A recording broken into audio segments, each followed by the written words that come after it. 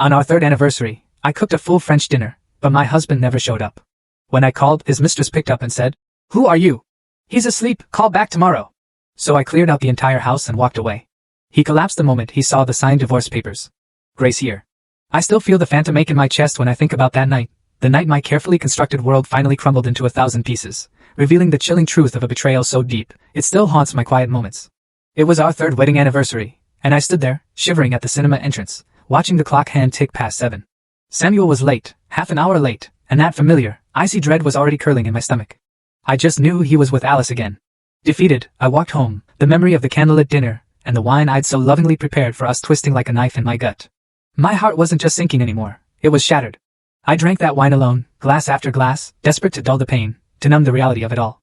Late into the night, the alcohol made me brave enough to dial his number. But it wasn't Samuel who answered. No. Instead, a sweet, syrupy voice purred into my ear. "Who is this?" "Samuel is asleep. Call back tomorrow." My breath hitched. It was Alice. His secretary.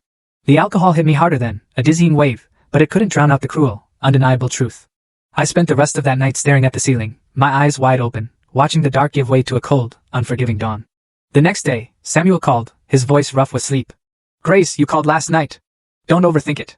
It was just a last-minute friends gathering. I drank too much. I stayed over at Alice's place, but I slept on the couch. Nothing happened." My stomach churned. I didn't respond. Couldn't. I just hung up. We didn't speak for a week. He didn't come home. Then, one morning, a bouquet of bright roses landed on my desk at the office. I just stared at them, a bitter scoff rising in my throat, and dumped them straight into the trash.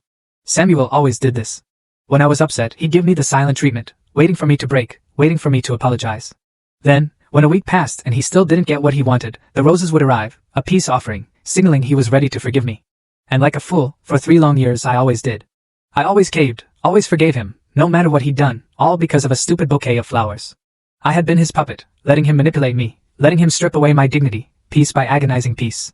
I used to wonder why I never thought of leaving. Now I know. I was so tangled up in my feelings, I didn't even recognize how little I valued myself. But that day, seeing those roses, something shifted. I was tired.